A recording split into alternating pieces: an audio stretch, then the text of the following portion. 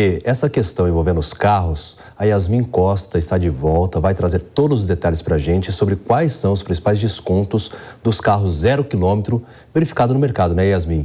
Muito boa tarde para você novamente. E conta para a gente o que você achou e verificou no mercado, analisando, né, depois dos descontos. Pois é, David, tudo conforme previsto pelo governo federal. Efetivamente, esses descontos serão aplicados, já começam a ser repassados para aqueles carros de até R$120 mil. Vale lembrar que a ideia inicial era conceder descontos somente para os carros, mas além disso, também vai entrar nessa rede de descontos caminhões também, porque o governo federal, o ministro da Fazenda, Fernando Haddad, disse que houve uma repaginada nessa ideia inicial do governo federal. Fazendo uma análise, a gente inclusive fez uma telazinha para nossa audiência acompanhar, David. E essa tela diz o seguinte, que das principais montadoras, a gente separou os carros com maiores descontos que já estão sendo oferecidos. Por exemplo, na Fiat, o Cronos 1.0 Flex, ele teve uma redução de 15,1% e agora custa em média R$ 71.990.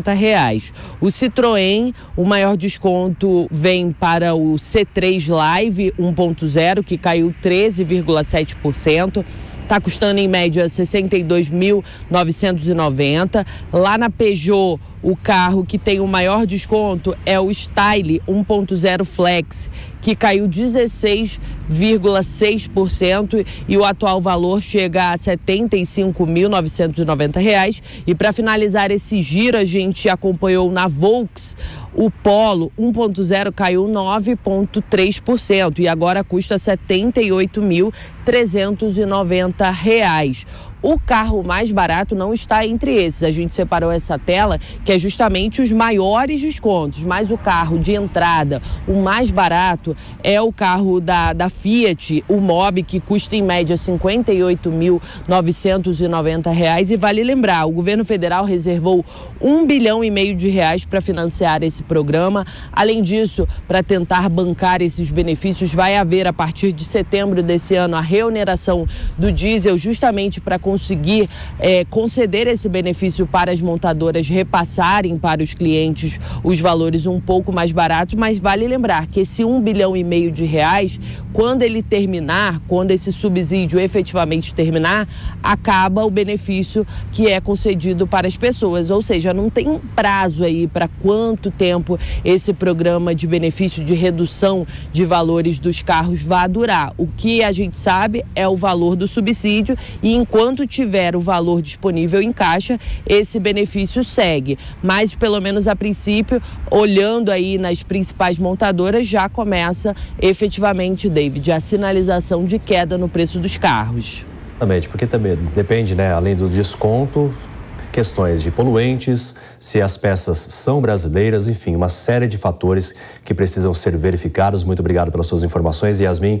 E olha só, a gente segue falando sobre esse tema com o economista Carlos Caixeta, ele que vai trazer todos os detalhes para a gente sobre os impactos, né, de que forma que isso impacta o mercado.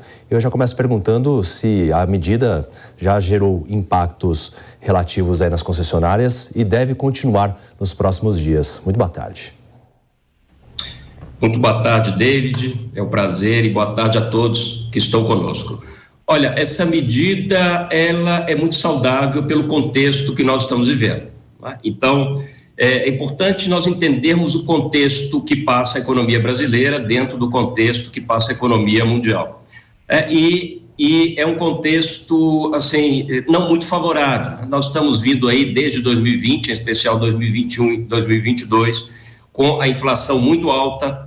A guerra na Ucrânia, ela piorou todo esse cenário. Então, nós tivemos uma inflação muito alta nos alimentos, nos combustíveis, na energia. Aconteceu um movimento de empobrecimento geral, queda do poder aquisitivo, também do lado dos salários das famílias, das pessoas que são remuneradas, assalariadas. Então, em 2021 e 2022, nas negociações salariais, não se conseguiu, para a maioria dos trabalhadores, fazer uma correção da inflação pelo INPC. Então, em 2021, mais de 50% nos acordos não conseguiu repor o INPC, a inflação dos salários. Em 2022, mais de 60% não conseguiu repor a inflação pelo INPC, que é o índice que corrige essa estrutura. Só agora em 2023 que se conseguiu, a maioria nos acordos, repor essa estrutura de inflação que corrói o poder de compra dos salários. Então, nesses últimos 3 anos,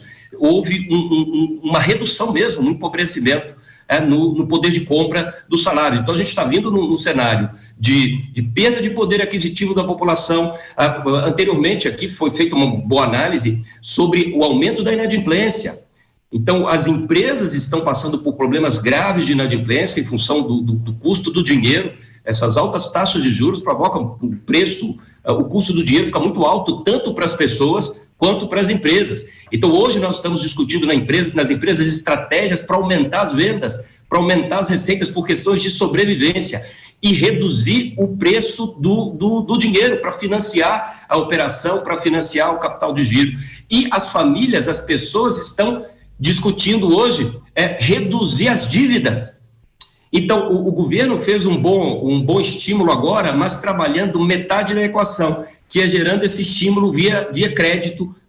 Esse estímulo é metade da equação, porque ele vai dar crédito tributário para as montadoras. Então, a concessionária vai lá, a montadora recebe esse estímulo e ela vai ter crédito tributário. Agora, a outra metade da equação seria você gerar um financiamento mais barato para que as pessoas consigam comprar esses veículos, que você percebe ali a média do preço é em torno de R$70 mil. Então, você tem um contexto onde as pessoas estão endividadas, o preço do dinheiro está alto, e se você colocar isso na parcela que as pessoas vão pagar em 3 ou 5 anos, se elas financiarem, vai dar uma diferença real nessa parcela de R$20, R$30, pode não ser suficiente.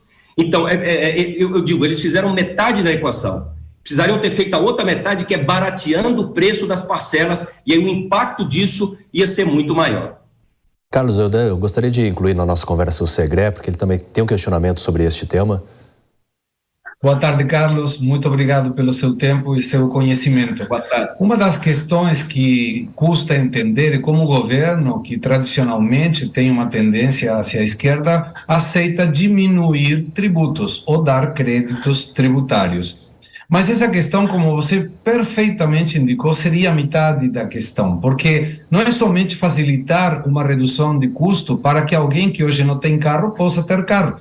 A dúvida é, e o combustível depois? E o IPVA depois? E o seguro depois? Então, não faltaria uma questão um pouco mais abrangente de um programa para que as pessoas que hoje não têm carro, por exemplo, possam se dispor a ter, e isso vinculado claramente a partir de agosto com uma diminuição eventual da taxa de juros, mas como se complementa isso? Não apenas com o bem, senão como consigo manter esse bem. Esse ponto, secretário, é muito importante porque é gerar a estrutura de manutenção do bem. Eu sempre falo isso, não adianta igual eu falo, você compra um apartamento, você precisa ser capaz de pagar todos os impostos, pagar o condomínio, você tem que ser capaz de manter a estrutura daquele bem. Então, quando você compra um veículo, você precisa pagar o seguro do veículo, você precisa ser capaz de manter o combustível do veículo, você precisa ser capaz de fazer toda a manutenção. Inclusive, por isso que essa estrutura do setor automobilístico, junto com o setor de construção civil, é um dos setores que tem maior efeito de alavancagem, um efeito multiplicador de riqueza, porque ele gera muito serviço para outros setores. Então, essa estrutura complementar, ela é muito importante. É uma ilusão você pensar que só trabalhar numa ponta da cadeia resolve toda a estrutura. E por isso que muitas pessoas, às vezes, tanto no setor comprando veículos, quanto em outros setores, elas acabam vendendo os veículos logo depois, porque não conseguem fazer uma manutenção real desses veículos. Então, esse ponto é muito importante. E esse é um outro ponto que pode reduzir o impacto. Porque uma vez que as famílias, as pessoas estão endividadas, elas vão começar, de forma inteligente, a colocar na equação de decisão de compra algumas variáveis inteligentes, e essa é uma delas. Eu estou endividado, estou inadimplente, o preço do dinheiro está caro. Será que uma redução na parcela de R$20, porque eu estou tendo um estímulo para comprar o carro com preço de 10% menor, será que uma redução na parcela de R$30 é suficiente para que eu compre esse veículo? E vai olhar também os seminovos e os usados, porque há um efeito também de redução dos seminovos e dos usados, né? Seminovos, carros até 2 anos, e os usados, os outros veículos. Então, é por isso que eu falei, as empresas estão discutindo agora estratégias, por uma questão de sobrevivência, de reduzir o custo do dinheiro que eles têm acesso e de aumentar as vendas, por questão de sobrevivência. Estou apoiando várias empresas, inclusive, exatamente nesse momento a fazer isso. E as famílias estão fazendo o oposto, reduzir dívida e reduzir inadimplência, ou seja, pagar as dívidas que existem, para pagar menos juros e sobrar mais dinheiro para o bem-estar da família. Então, quando você coloca todas essas equações, você percebe que esses estímulos, muitas vezes, vão ter um impacto menor, exatamente em função do contexto que nós estamos passando atualmente. Exatamente, Carlos, porque a gente viu, né, que uma queda de 30% entre o dia 25 e 30 de maio, na comparação com o mesmo período de abril, e aí... o que eu gostaria de perguntar para você é exatamente isso. Como fica o mercado depois? Porque o governo anunciou que vai liberar mais até um teto de 1,5 bilhão. E depois disso, o que acontece? Isso é uma história antiga no nosso país, né? Então, quando cessa o estímulo, volta tudo como antes. Não tenho dúvida quanto a isso. Já vi várias estruturas. Até porque as empresas, né, elas se estruturam nesse contexto, né? Salvo raras exceções, né, que a empresa consegue ter um ganho de eficiência, alguma estrutura produtiva, e nós observamos isso. Quando cessa o estímulo, cessa a disposição naquela venda natural. Agora, quando você cria um efeito de eficiência produtiva continuada, quando você cria um efeito de continuidade de um crédito mais permanente, e você, evidentemente, tem uma demanda mais longeva nessa estrutura, que o contexto possibilita, aí essa continuidade ela é mais promissora. Então, são várias variáveis trabalhando juntas para que esse impacto na economia seja mais duradouro, seja mais forte e consiga impactar, inclusive, outras estruturas, como os seminovos e como os carros usados. São várias questões, né, que precisam ser avaliadas. Segredo, tem mais algum questionamento, alguma pergunta? Última, sim, obrigado. Isso não pode ter um impacto depois para alavancar outros setores? O senhor mencionava perfeitamente da construção. Ocupa mais mão de obra, de fato, que o setor automobilístico. Se essa proposta do governo se mostra eficiente para o setor automobilístico, não enxerga que possa ser atingidos outros setores com a mesma ideia? O setor de construção civil, historicamente e sabidamente, é um setor de alta alavancagem de investimento. Então, você estimula o setor, assim como o automobilístico, o setor, né, das montadoras, o setor de construção civil, ele tem muito impacto em outros setores, ele puxa outros setores. Então, esse estímulo seria muito bem-vindo também na construção civil. O grande ponto, né, que eu chamo a atenção é o contexto. Então, são setores, notadamente, que precisam de financiamento.